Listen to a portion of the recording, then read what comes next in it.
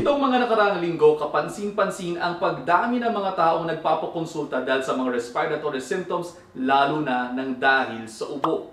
Bakit nga ba nangyayari ang pag-ubo? Pag-usapan natin. Bilang isang primary care physician, isa ang ubo sa mga madadalas na presenting symptoms ng mga pasyente.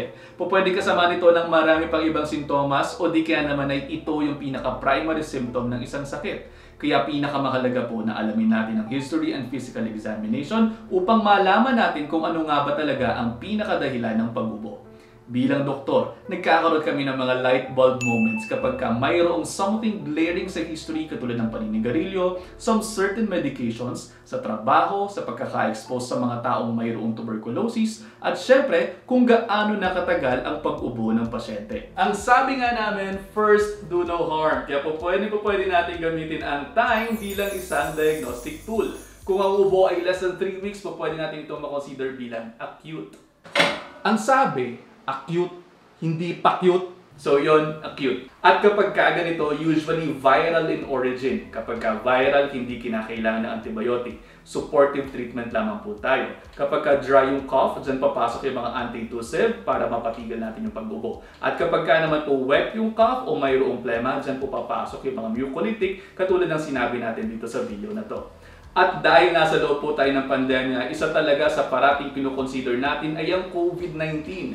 Pero ang dami-dami nang nasabi patungkol sa COVID, nakakasawa na. So let's go to other causes. Bukod kasi sa viral infection po, pwede rin magkaroon ng mga bacterial component kaya kapag ganyan, dyan lamang po tayo magbibigay ng mga antibiotics kaya it is best to consult your doctor. Minsan din naman, nagkakaroon ng iba pang kaakibat na sintomas yung pag-ubo na hindi natin gusto katulad ng lagnat, pag-ubo na may kasamang dugo, minsan nahihirapan din huminga at kapag ganyan, dali na agad sa ospital para masilip yung loob at malaman at malunasan natin agad yung problema. Nito rin mga nakaraang linggo, mayroon din kami mga pasyente na ang mga reklamo naman nila ay ang pagkakatagal-tagal na daw ng kanilang mga ubo. Sa ganitong pagkakataon, babalik tayo sa pagtatanong kung bakit ganoon. At kapag ganyan na nga, dapat nating alamin din, naninigarilyo ba yung pasyente? Kapag ganito ang sitwasyon, dapat ay magkaroon ng smoking cessation program para sa mga pasyente kasi kung hindi naman titigilan ng paninigarilyo, masisira yung mga villi o yung parang mga maliliit na buhok na nagpo-propel ng plema papalabas. Tapos dagdag pa rin natin dito na parating na-expose sa mga nakakairtang substance kapag naninigarilyo. Hindi talaga gagaling ang pag-ubo na yan. O pwede din naman na yung pasyente ay mayroong sipon. Mayroon po kasi tayong tinatawag na post-nasal drip. At kapag ganyan, pwedeng ma-stimulate yung tinatawag na cough reflex. Yung iba namang pasyente, pwede ring acid-related kaya hindi mawala-wala ang ubo. Alamin natin, over the past month mayroon kaya silang nararanasang pagbabago ng boses, madalas na pag-clear ng throat, nakararamdam na parang may sticky dito sa throat area, nahihirapang lumunok ng pagkain at ng fluids, nauubo kapag humihiga, nahihirapang huminga, heartburn, indigestion, o parang mayroong umaangat na maasim sa dibdib papuntang lalamunan.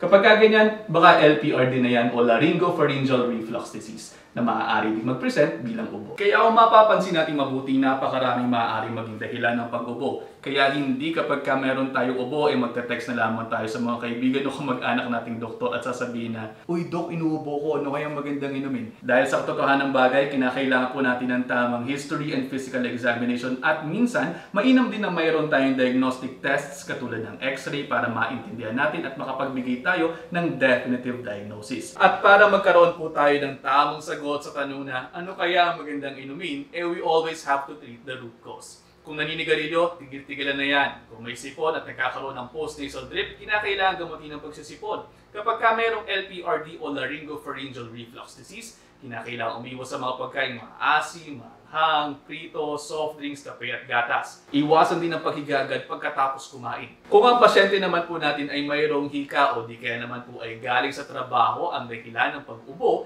mainam na umiwas sa mga exposures o gumamit ng mga personal protective equipment para less ang pagkaka-expose sa bawat araw sa mga maaaring nagiging dahilan nito.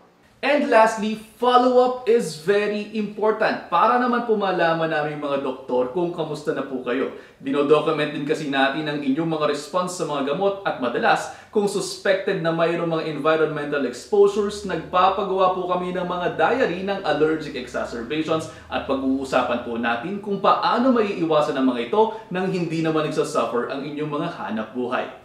Oops, last na talaga, on the other end of the spectrum, kung mayroon pong mga dahilan ng pagiging immunocompromised katulad ng HIV, ng AIDS, or ng cancer, mainam na pagtulong-tulungan po nating lahat kung paano palalakasin ang inyong mga resistensya sa pamamagitan ng tamang pagkain, pagkakaroon ng sapat na tulog at tamang ehersisyo at pag-iwas na rin po sa mga stress.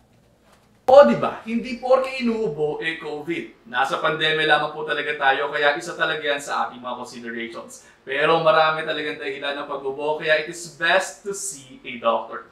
Ayun, sana ay may natutunan kayo sa episode natin na to at sana ay nag-enjoy po kayo. Share nyo na sa friends nyo at baka mayroon pa tayong matulungang ibang tao. At oo nga pala, kung hindi mo pa nagagawa, subscribe ka na para updated ka parate. Muli po, ako po si Dr. Dex. I'm your real nutrition doctor. I'll see you in optimal health.